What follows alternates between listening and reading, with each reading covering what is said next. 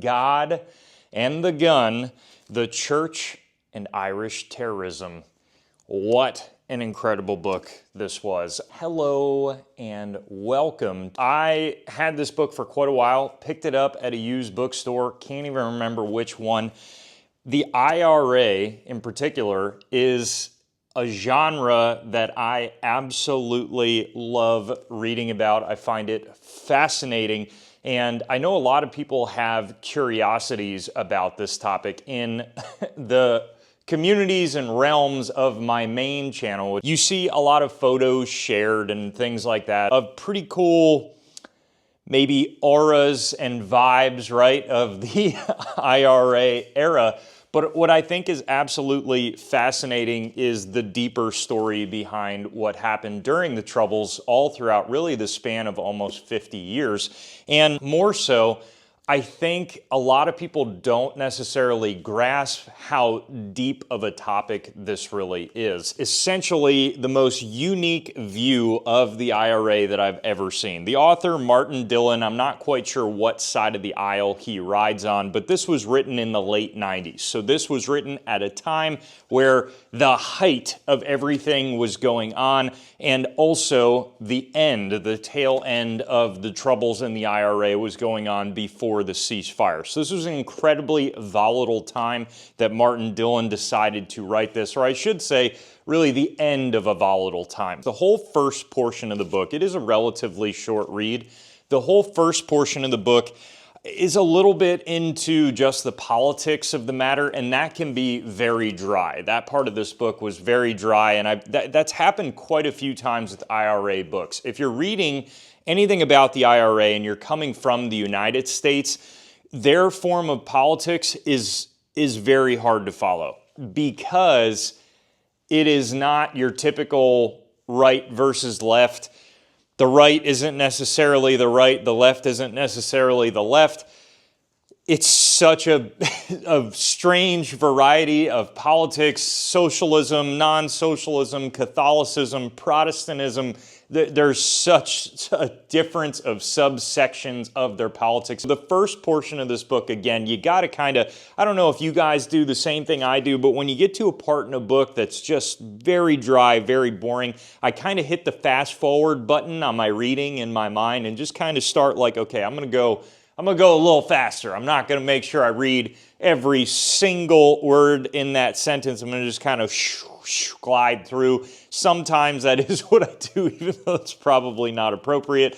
But that was how I felt about maybe the first 5 or 6 chapters of this book. Once you get past that, we take a fascinating dive into clergymen in the Troubles. So we are looking at priests and other form of religious heads within the Catholic Church during the Troubles and their relationship to the IRA. And that part is one that I have never really seen or heard of before. And regardless of where you sit in the faith spectrum, Protestant or Catholicism, it is absolutely incredible to see what these priests were going through during the Troubles, and really how many of them kind of had a strange support, if you will, for the IRA because they themselves were Irishmen and they themselves were, of course, Catholics and being persecuted heavily by Protestants and the British government.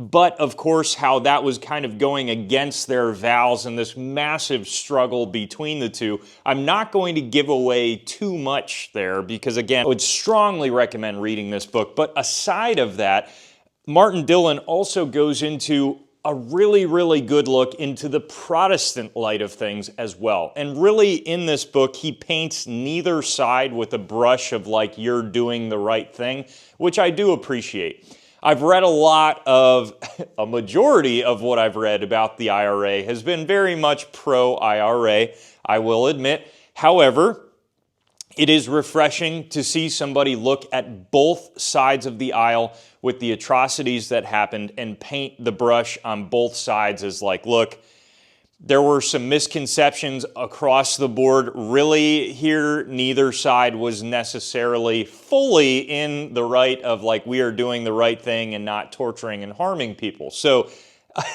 ideologies are kind of discussed on both sides, which I appreciate. So whether you are a Protestant in support of the British people during the Troubles, or you're an Irish Catholic in support of the Irish during the Troubles, this book can kind of cast the light on both sides and maybe make you sit back as I did and say, you know, not really great, the methodology of either side. A lot of people got tortured and killed, for that matter, for their beliefs during the Troubles on both sides of the aisle. And although I myself have great Irish heritage in my blood and am very much a devout Catholic at this point in time, I still was able to see that, geez, maybe some of the stuff that was going on is probably not great. And this book lays it out like that. I am not really too sure how popular this book is or not, but what I've tried to do with these book reviews on the B channel is just show you guys books that are kind of like outside of the normal. I love a good story, as I've mentioned in Tesla and the Pyramid, my last book review, but at the same time, I absolutely cherish books on history where I can actually learn something of our past, and more so from that, usually what I try to do is take a more unbiased look at a historical account to see exactly what happened so that I can form a more overall well-rounded opinion on something. This exact style of book is what I am trying to typically look for. Now, how the book is laid out, and give an idea here, so that's about what you're looking at as far as word and page size.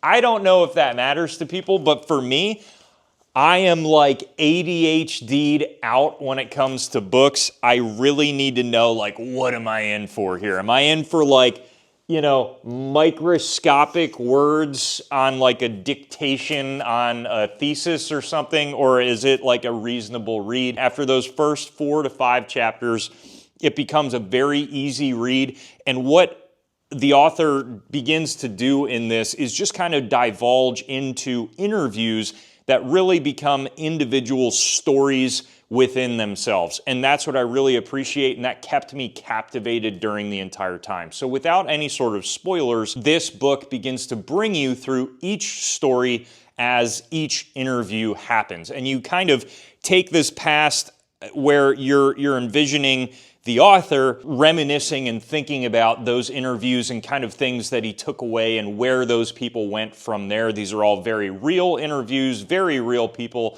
of very real things that happened during the Troubles in a light that I have never necessarily seen before. And I would say Martin Dillon kind of errs on the side of the Catholics, as most people do, because historically accurate facts showcase by far the Catholics being 100% persecuted before the Troubles began for a very, very long time, as what happened prior to the guerrilla warfare tactics began taking place. So, fascinating read. Cannot recommend this enough. God and the Gun, the Church and Irish Terrorism. I'm not sure where you can find it. I'm sure if you do a quick Google search, you'll be able to find it somewhere. I think I paid like 15 bucks at a used bookstore, so it's probably out there. But again, this book was written in the 90s, so you might need to do a little bit of searching on eBay or something like that. But guys, thank you so much for watching, and stay tuned for more great content coming soon.